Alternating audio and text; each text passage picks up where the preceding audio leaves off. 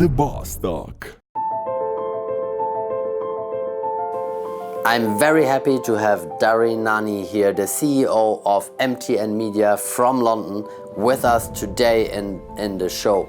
Darie has a very diverse background. He has run customer service departments, and now he's the CEO of MTN Media and a chief editor for the Sovereign magazine. In that magazine, he is actually interviewing entrepreneurs about how they achieved success, about their stories, about the behind the scenes look. So he gives you in that magazine all the details, and you can read a lot of fascinating stories.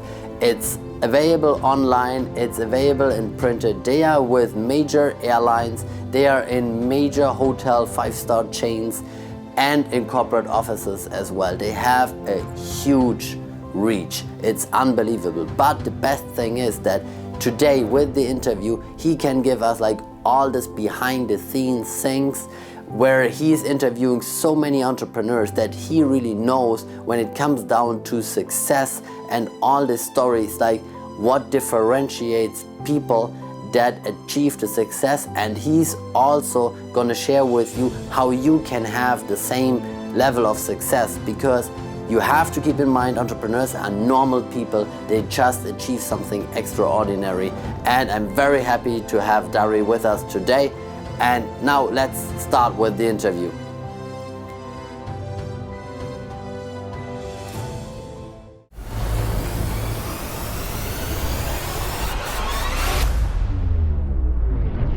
The Boss Talk. Hello and welcome to the Boss Talk. Today I have the pleasure to be here with Darie Nani, the CEO of the Sovereign magazine, a magazine that is amazing. They feature all kinds of entrepreneurial stories, the successes, the pitfalls, and everything. You can just read everything about how entrepreneurship really is.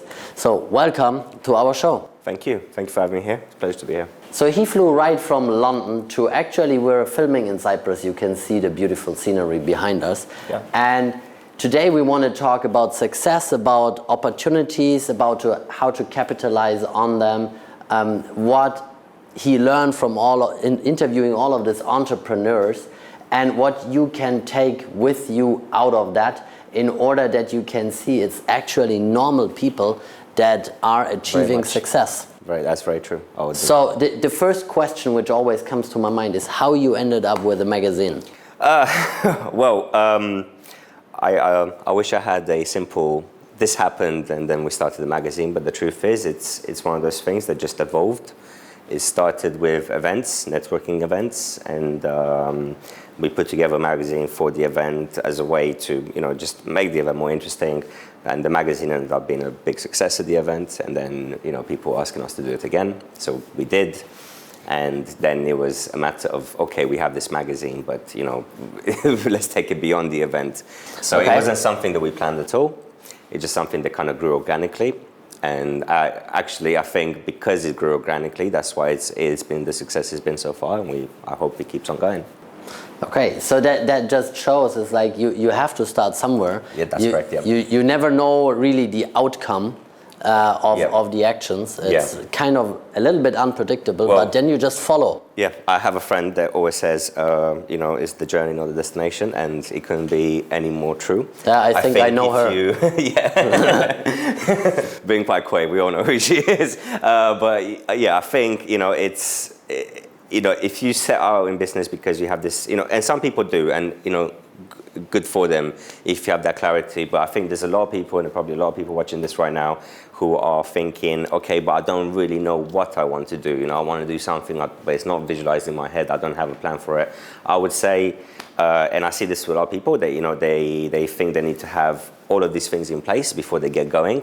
And actually, all you're doing is you're wasting time, because a lot of it, you can do it as you're going. You adapt, you change, you grow, you improve.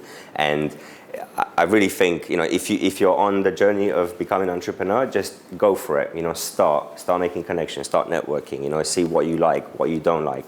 Because if you just wait for the perfect time, the perfect moment, the perfect everything, it's not going to come. And actually, that perfect moment is going to happen completely by coincidence, and it's only going to happen because you're already doing something. So yeah, be open to the opportunity of being an entrepreneur. But talking about opportunity is because a lot of people that watch that show, it's like, how do you spot an opportunity?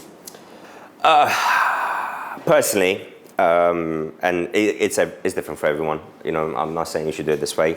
I look at the people, and if I like the people, if I feel there's a connection there, there's a chemistry there, that for me is enough to get going, to explore and see what happens next.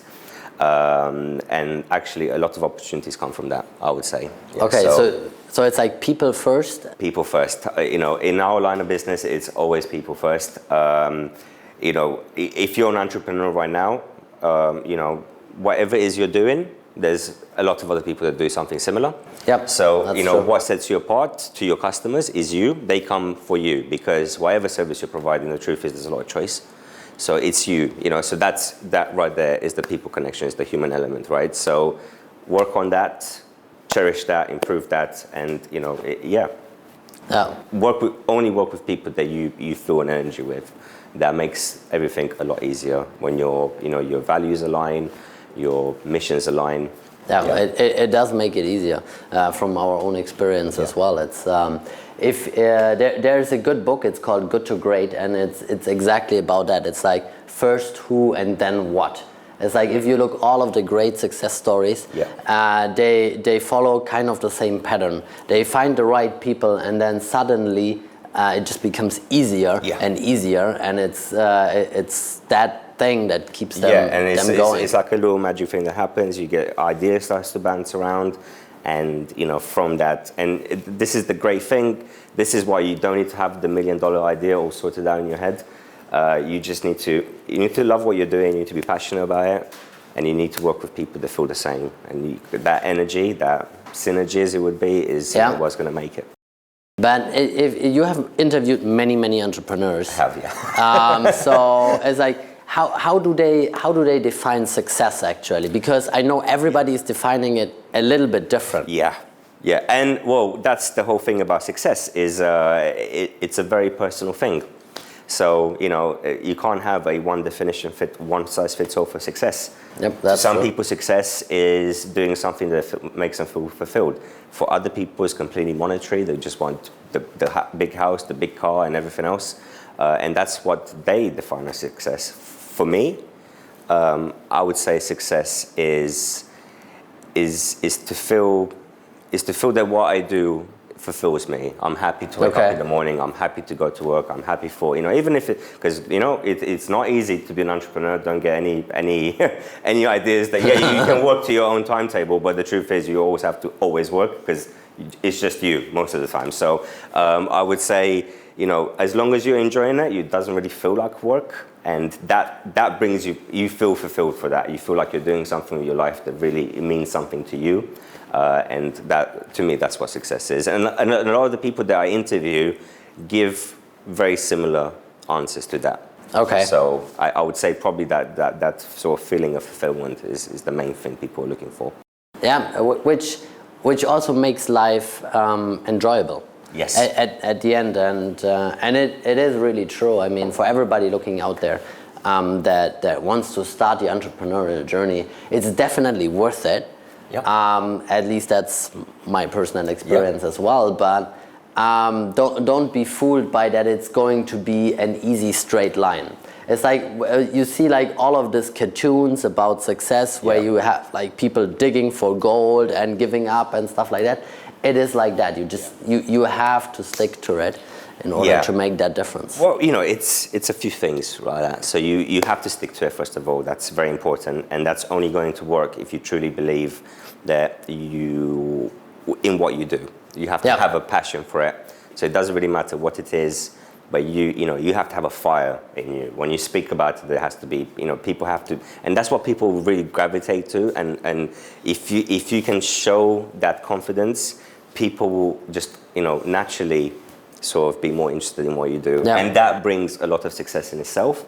So I would say do your own thing. Find out what that thing is that you're passionate about. You don't really need to replicate what other people are doing. Sure, you can look at the people that are successful, the people that you admire, and you can look at some of the ways they've applied those ideas to what they're doing, but don't try to replicate them. It never works. There's only one of each of us. So find your own individual way forward, and network, very important. Network a lot. From a media perspective, don't be shy to reach out to the media in general. Most of the time, you'll find that they're more interested in what you have to say than you think they would be. So don't do this thing where you think you're not good enough for to reach out to a media organization or try and share a story. Don't let them make that decision. Yeah, it's not for you to think for them. So just reach out, get noticed, get talked about. Collaborate as much as you can, and network, and that's gonna, it's gonna open doors for you, and stick with it, because it doesn't happen like that. Exactly. This is the point, and a lot of people give up on the way, because it is the first 3 years, or to make the first 100,000 or million is the hardest thing you'll ever do, because it's all about you. Yes. It's like the client has to buy you, and this is why you have to have this fire, this energy, because it's like if you are holding a speech, or if you go to a potential client and you are not passionate about what you do, people feel that. Yeah. And people want to feel that passion about the product, but about your mission, about your vision, so that you can actually go and inspire them. That's a kind of a thing you guys do with your magazine as well. That is what we do, because just to carry on from what you said, is people by people. Products and services and all that stuff. It's almost like secondary. People by people, and a lot of what we do is we have entrepreneurs from all fields, all shapes and sizes. Small entrepreneurs just getting started, more established entrepreneurs, people that have launched several companies, international companies, and. What we do is that we don't so much look at their business and what their business does. We focus more on them. What makes them tick? Where did they get their inspiration from? Who they admire themselves? Why did they decide to quit their job and remortgage their home and all of that stuff? Because there is a story. It's something that we can all take from. So it doesn't matter that so and so is in this industry and you have no interest in that industry, because we're not talking about their industry. We're talking about them, and that there you do have an interest in, because you want to see how they've done it. And we're social beings. As humans, this is what is important to us: the society, the culture. How other people do it, and it helps to see other people do something. And it gives you inspiration, and you drive, and it gives you an idea. And essentially, this is what we do. We introduce people to a very, very wide, very big audience that doesn't necessarily have to do with what their industry is about, but it introduces them in such a way that it's still interesting, still captivating, and it's through the power of the story. And one last thing I would add to that is that a lot of people come to us and they think they're about one thing. They think this is what they're about, and then they answer our questions, and we delve into what they're really about, and then we write a story. And a lot of them, and this has happened a lot, people walk out of this experience and they're completely different people. They want to do something completely different, because for once someone has taken the opportunity to actually look at them and say, okay, you're kind of reflecting. Yeah, but you're actually doing this other thing, which is so more amazing, and then they get clarity about themselves. And I think, funnily enough, that's one of the biggest things we do, is that we give people clarity about themselves. Which is amazing. So you go to an interview and you are like, okay, I'm about this service or this product, and then you are like, okay, but maybe I want to go this direction. Kind of what happened with you, what you said in the beginning. You started out with events, and then you evolved into this magazine. And it's funny, because sometimes you're in it as an entrepreneur, so much stuff is happening, and you don't have time to see it from the outside. You can't step back. So it's nice when you know, someone gives you the time of day to listen to, you know, what you're saying and what you're thinking, and, you know, then give you their opinion, you know, and something really cool happens there. And you think, actually, yeah, I didn't think of that, you know? So we do that a lot for clients, and it's almost unintentional, it's completely unintentional. It's like a byproduct. So apart from getting an interview, you also get a bit of coaching as well, I suppose. So there you go. Coaching definitely helps because it gives you this outside perspective. Yeah. And it can just accelerate things if you are, of course, if you're feeling stuck, and you see a boundary. Sometimes this outside perspective just helps you so much. In order to, like, okay, I never thought about it. I had that when we talked with a partner of us a week ago, and because he's taking a total different direction now with his business. He was a financial planner, and we are like, yeah, but what triggered this? You have done this for years now, but what triggered this different perspective? And he's like, well, I talked to my coach, and he asked me that one question is like, why are you with that company? And that started like the thinking process, and it's like, yeah, why am I actually doing what I'm doing? And then he's like, it's a process. Of course it is. Yeah. So, and it's finding that, and you know, it goes back to what I originally said. You have to do something that you're really passionate about. Yeah. So, you know, I mean, I didn't know that, you know, running a magazine was the thing that I was going to really enjoy doing, but I really do. And, you know, it's because of that, a lot of our success, I think, I would personally put it down to the fact that we really, really enjoy it. Yeah. You know, otherwise... You have to enjoy it. Yeah. Otherwise, it's like... because entrepreneurship, like what we said, is sometimes about 7 days a week, and sometimes you will have 16-hour days. Yep. And sometimes longer, yeah. And sometimes longer. And at the end, this is what's our experience is. If you are an entrepreneur, it comes down to you. Yeah. The buck stops with you, as the US guys usually say. Yeah, and you know, it's hard. If I can, you know, don't have any illusion. It's very hard. I've worked non-stop, you know, for my own, and this is, and because I want people to get value from this. Yeah. So for the first year and a bit, we designed, wrote, the entire magazine, 112 pages. Two people did it all. We wrote every story. We found every picture. We designed every page. We've worked for it. We sweated for it. And it's not easy. It's not easy. And there was times that we're thinking, you know, what are we doing? But we just kept at it, right? And today we're in a position when we don't do that because we put that hard work in. So, you know, our magazine, you know, it's in 54 countries now. It's in over 1,300 something specific places in 54 countries, airports. It's in flight. It's, you know, that stuff. Even over the ocean. Yeah, that stuff did not just happen. No one came to us and said, do you want this to happen? We had to work and fight for every single little inch that we moved forward. But the cool thing is that it's a trickle at the beginning. It's very, very hard. You do a lot, and nothing happens. You get very little movement. But then, as you keep doing it, those little movements become a little bit bigger. That little step becomes a bigger step. And before you know it, you're jogging. And before you know it, you're running. And then you're going in full steam. So don't stop. As long as you really, and this is critical, and people really need to understand this, you have to really enjoy and believe in what you do. And you have to stick to it, and it will work. That's it's the same experience we have. I mean, we're and if someone tells you you're crazy, fine, good. That's a good thing. Just tell them it's like that's what we do actually.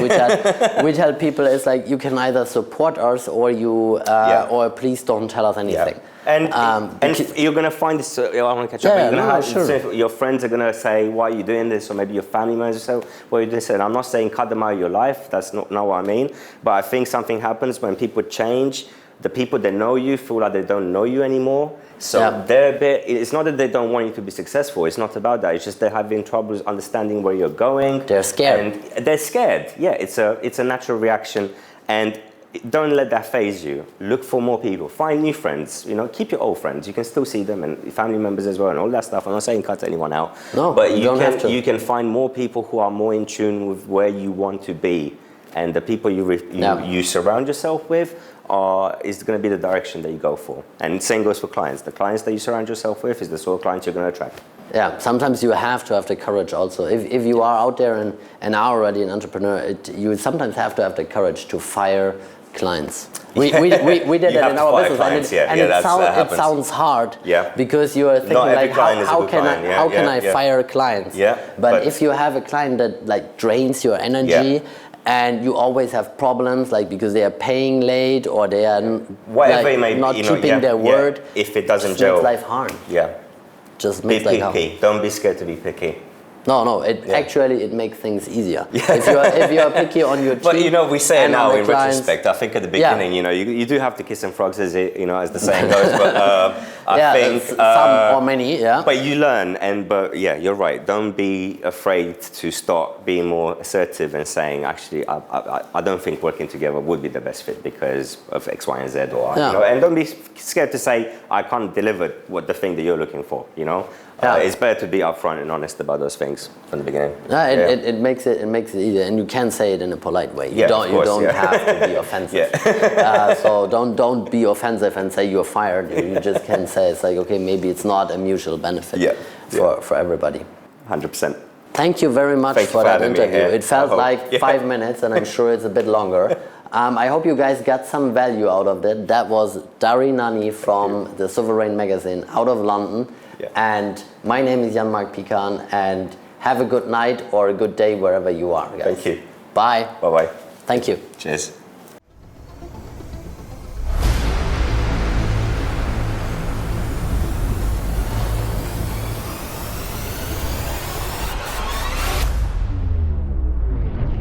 The Boss Talk.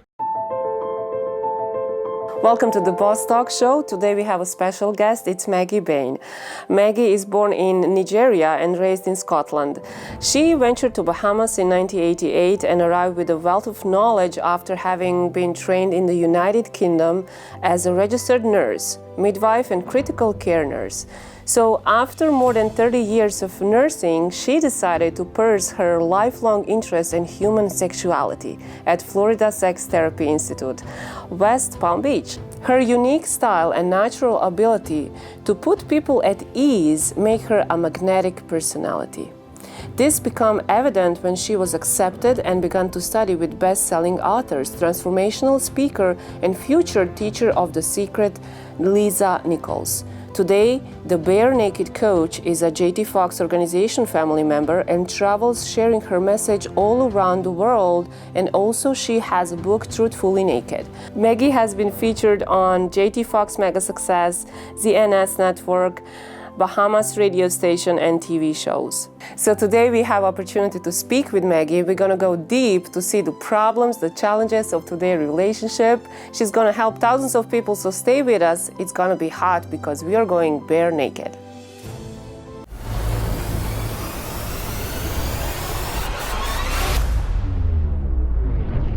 The Boss Talk. Welcome to Boss Talk Show. Today I have a special honor to interview one of the most influential sex specialists in the world.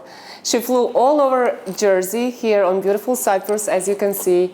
Stay with us, because today we are going completely very naked. So, welcome, Maggie. Thank you so much for being our guest. Pleasure. Thank you so much. So, I know a lot about you. I enjoy, time that we had together. But for our viewers who doesn't know, how did you start and how did you become one of the best sex specialists in the world, and for relationship as well, and intimacy? Tell us, how did that happen? Yes. So I was living in the Bahamas at the time, and at the core of who I am, I'm a nurse. And so as I was getting closer to 50, I was thinking, gosh, what am I going to do with the next stage of my life? And the thing that I enjoyed most, and who I felt I really was really talking about intimacy. Yeah. When we have coffee and lunch with girlfriends, and then we were talking about our relationships.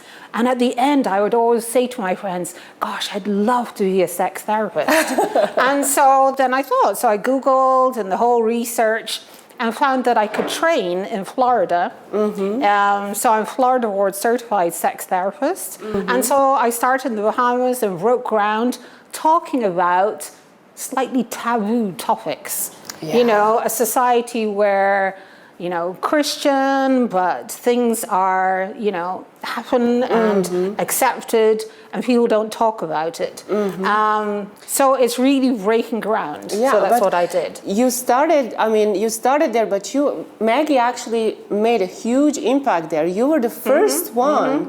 And there's a quote that says, you know, when we do things first time, there's no mistakes, because you were the one who was brave enough. There's no model. There's no model. Yeah, so you start creating, and you have to mold it to what's acceptable. And you nudge and you move and you grow and you develop, and that's how it grows. And I want to go deep on that, you know, on that when you started. What was the most painful experiences that you faced by being the first one there? You know, what is the mentality? How are men perceived, women? Yes. Well, the thing is, you're looked at very closely. So you're judged. So that is a very hard reality. And you've got to learn how to set boundaries and let people come close, but not too close, because you're wanting to show the intimacy. And so people think that they know you and that they can come very close to you. So that's a learning thing in itself. And still is. Yeah, absolutely. And when you look at, you know, simple question, do you believe that life is happening to you or for you? Well, it's a bit of both. I think it's a bit of both. I believe nothing happens by coincidence. I feel I am guided. I feel I have a strong message, and that is my drive within me. So it's like eating and breathing for me. So it's who I am. No matter what I do, I can't change this. So it grows and changes for me. And I will stop with nothing. As you can see, I got a virus. I've got Bell's palsy, which I'm so grateful it's going to be temporary. But it's not stopping me. It's not stopping me from coming here for this extraordinary relationship. And this is what I admire and respect. You know, this is exactly what in entrepreneurship and in life happens. When you follow your heart, when you're so passionate, you want to make impact, you want to help people to have better relationship, that they're really good with themselves first and then with the, you know, with the partner. Still, there will be challenges, you know, like you flew all over the Jersey here on Cyprus in spite of all odds. And I just want to say, I really admire that you came. Thank you so much. And in your, you know, in your business, Maggie, do you see that more people are kind of, you know, giving up when the challenges are coming, or do you have, like, you know, people who push through? Of course. This is life. We're human. We're not perfect. And there will be outside things that come and tackle you and to try and distract you. You've got to view it that as a distraction. Don't be thrown off by it, because the clarity and the focus, that is what you need to achieve. That is, and I thought I was very clear and focused 10 years ago. How did I know that I was going to become clearer and even more focused? That the distractions I was going to learn how to let go. It's not easy. And it's not easy. And so that is where people often give up. But that's why they come to me, because it's their personal relationships. Your most intimate relationship can be the one that affects your overall happiness and has the ripple effects on the rest of your life. When you're not happy with your core happiness and your core relationships, if they're off balance, then it will affect things. So it's so important to get this right. To pay attention, to do the work on yourself and find out what brings you joy. It's what lights you up, what lifts you up, is that then we can pass it on. Absolutely. I love how you said it. And this is the thing, you know, I work with so many women as well, and the most common sentence that they said to me, you know, I say, hey, you need to put yourself on the first place. But I find that there's so many wounds there that it's like something happened in the childhood. Tell me your experience, you know, when a client comes to you who wants to have a better relationship with themselves and with their partner, with the family, but also in a business, you know, business relationship, how do you deal with this mindset thing that they think that it's not okay to put themselves in the first place? So I've got a great listening ear. Yes. So it's not just listening to the words, I listen to the body language, I listen to the tone of the voice, I listen to the language that's being used, the little twists and nuances. And so I really get to know you so that I'm in your shoes. So there's no judgment. And so it's a very freeing place that my clients have. They feel instantly comfortable. And so they trust. So that's the place. So it's where the place of understanding and the place of compassion, and to know that it's all right. Yeah. You can't change your past. Your past is your past. But it's okay to know that it has created you and made you to this point where you are today. So, and then we move forward from there and achieve the goals that you want. Not the goals that I want you to have, but the ones that you tell me that you want to have. And then we work with it. Yeah, beautiful. I love especially the part where you say, you know, trust. Trust is so important, not just in any area of our life. Like if we don't do business with people that we don't trust, we don't go in a romantic relationship. Even like if we have that gut feeling, you know, I don't trust someone, no matter what that person said, we're not going to do it. Because trust is very fragile. Yeah. Trust is fragile. It's at the cornerstone of every part of a relationship. It's the different levels of trust. Can I trust you to bring the milk home? Can I trust you to pick up the children at 3 o'clock after school? Can I trust you to not humiliate me in front of people? Can I trust you to be faithful? There are so many layers of trust, and people have to understand that. And a lot of relationships that are so unique, and we can't compare. You can't compare with anybody. Yeah. And so people they may call it arrangements, but they have an understanding, so they get each other. You know, there's, I think it was Ellen DeGeneres said on her wedding vows with Portia, that to be loved is good, but to be understood is profound. Wow, that's a huge And one. that to me, I think is really, it's everything. It's everything. It is absolutely everything. Maggie, I would love to ask you, you know, we're both entrepreneurs and we meet a lot of business people. Like let's go specifically. We have a couple, they both do what they love. It's, you know, they're passionate about it. They have a small child, but it's like, you know, problems in communications are still happening. It's like maybe there's not enough intimacy, you know, and no one talks about it. Everyone thinks that everyone has sex, but no one talks about, you know, about this. What advice could you give, you know? And I would love to hear your perspective on this, especially in this modern time. So it's very important. There's a lot of couples that there is a disconnect that happens. And if they're okay about it, then there isn't a problem. So again, the judgment can't come from us to say, oh, they should be doing this or they shouldn't be doing this. If they're okay with it, then it's fine. Yeah. But if one person sees that there's a problem, then there's a problem.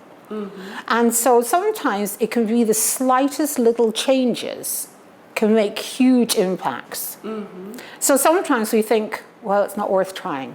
You know, nothing's going to change. It's always like this. He's like this. She's like this. So it's a belief, a mindset that change can't happen. Yes. So I encourage everybody to really find a way and believe and get help. If you can't do it yourself, that's all right. Get the professional help so that find a place of extraordinary. Have relationships that are great. That's what I say. Amazing. Thank you so much for this. This is deep. And this is actually huge. That leads us to my next question, okay? More and more powerful women are, you know, stepping out, claiming their power.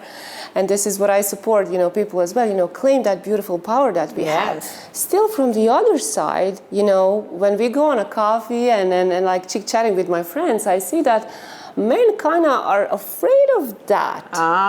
So we have like extremely powerful ladies who also want love, want to be loved, have need for intimacy. But from the other side, at least our perception is that the men are like, you know what? It's not interesting. safe. Tell me your perspective. Interesting. Evolution, we can't change. You know, we are not the same. We've got different hormones in us. The power dynamic within a relationship is always fluctuating. Yes. Always fluctuating. But personal growth, you can't stop personal growth. And so in my experience, as my personal growth was happening, I thought my husband was keeping up. You know, if they're not saying anything different, you think you're keeping up. Yeah. And I know I speak for a lot of women that it's easier for a woman to keep up with a man. And I know, guys, you'll think I'm generalizing, but a lot of women, I think, can relate to this. Yes. And so that's what happened to me. Is like, as it was rising, then there was a crash. Yeah. And he wasn't able to come through for me. How did that make you feel? Well, it's, you know, you're touching and destroying not even the personal life, but my professional life. So it was destruction. It was total destruction. But how, from destruction, do we then heal, rebuild, grow to an even higher place? How did you do that? Tell us, I would love to hear your experience. Well, it's through tenacity. Tenacity, okay. That drive that I said is who I am, the message. Looking for a better life, being who I really want to be. And I just can't help myself. So through it all, you find channels and you connect with the right people and you knock on the doors and you fine tune the business side of it and become very time efficient so that you're doing it and build the content. I've got a huge amount of content and you just go from there. And so I live and I feel it. I feel it. Yeah. I feel it now. So, amazing. I really, you know, every bad experience, so to say, that it seems like it's that seems it's like a crash. Maybe someone who's watching this is going through the same experience as, you know, Maggie had. Exactly. Personally, myself as well. But the people that we surround ourselves with in those moments, in the moments of pain, are actually our people who stay with us. Exactly. Because this is where power happens. This is where they understand us. So if you're going through something like that we mentioned, any of the stories, you know, definitely surround yourself with the people who went through that experience and ask for help. So how hard, you know, you work with the man and with the woman. So absolutely. It's like... And I'm pro both. Yes. I'll tell you guys, I'm for the guys as well. Yes. Because I'm all about the relationship. Yes. And about the extraordinary relationships. So don't settle for, you know, I'm all about the good, the bad, the ugly, and the extraordinary. So it's... And through my experience and my life and the age that I am now, I come from a very wise place. So I am now, because I understand the highs and the deep lows and the rise to victory, I am deeper and richer because of it. So my level of compassion and my level of understanding is on a whole different level now. So out of bad can come greatness. Yes, I love that, Maggie. Look at this, Maggie. There's you know, something, I would not call it a trend. I call it already addiction. You know, most of us all the time on our mobile phones. You know, social media is taking all over, you know, everything, like Instagram here or there. Do you see... like with your clients, that internet and influence of social media definitely creates a big problem? Definitely. It's changed relationships. Tell us more about it. I would love to hear that. I was doing a little thing for TED Talk talking about that we are losing our intimacy because everybody, no matter which country I go to, which culture, everybody's glued to their phone. So we're losing the eye contact. It's the eye connection. Is that we're glued to our phones. We see it all the time. And I have clients that come because it's tampered with trust, because she didn't reply to a message quick enough, And sometimes it's the service. It's the service provider. It's not the. Yeah. But instead of picking up the phone, you know, it's texting, and it doesn't take into account the tone of voice, and so the interpretation is different. So it can cause real problems. Yeah. So how we're going to deal with that in the future is going to be very, very interesting. Yes. And Maggie, do you have any like tips that you could give, like today, when if someone is, you know, feeling jealous, like, okay, he got a message on Instagram, or she got the message on Instagram, or something like that, and there's like, okay, what would be the first step that you would advise couple, you know, how to solve this? Because so the thing is, are you keeping it a secret? Secrets and lies just don't work, you know? So does your partner know about it? If the partner has a problem with it and why are you keeping it secret, then if you value your relationship, I'm afraid that person has to go. Yeah. Has to go. That's it. Because you can't have this person on the same level as your partner. You have to set your partner up so that they know that they're special. Yes. Otherwise, if you're yeah. treating everybody the same, and it doesn't work. Yeah. So that's the first thing. But it's, you know, no matter what, it's all comes down to communication.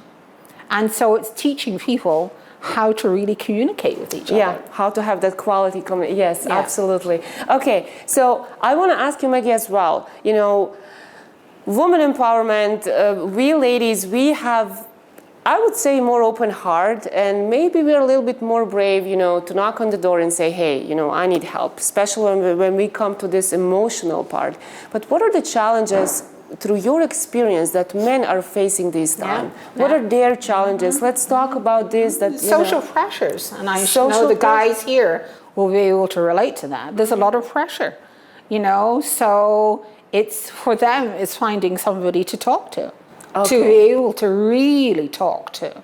And that's why I have a lot of men that are the first ones to make contact with me about their relationships. Yes, and to open up. And Because they can sense and they feel that I'm on their side as well as their partners. And we're talking about all types of relationships, same-sex relationships, whatever. We all start from the same point. Yeah. Because everybody, no matter what gender, we all want to feel the same things. We all want to feel needed, wanted, and loved. Yeah. Oh, wow. Everyone. That's men, women. That's so and true. then our approach is different. But we all, so men crave that rich emotional relationship as well. One important question, I need to ask you this. Before we finish, I could talk, I mean, with you forever. As you can see, I can... Because it's your role in this world, I find extremely, extremely important. Thank you. How you help people in the most intimate and vulnerable part. You know, intimacy, it's like, okay, we all know it's that... It's complex. Yeah. I mean, make it sound relatively simple and an easy fix. If it was, we would all have easy relationships. But it's not. When I work with couples, it's I call it mind aerobics. So it's very complex, but it's a gift I've been given. Yeah. Last question, Maggie. Right. Do you think that all relationships should be saved? I wish I could say yes. I wish I could say yes. I wish love really was enough. You know, we can really love many people in our lives, but it doesn't mean they're going to be great partners for us. Yes. Yeah. Because there's so much more that you need for the relationship to all line up for it to take off. Yeah.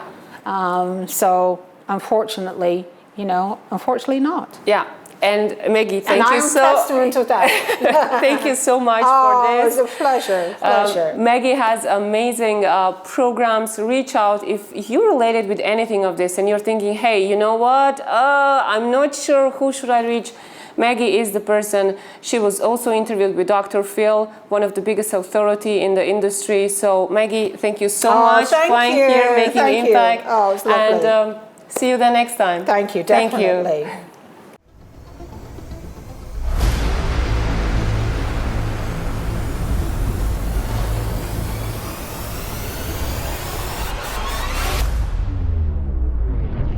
The Boss Talk.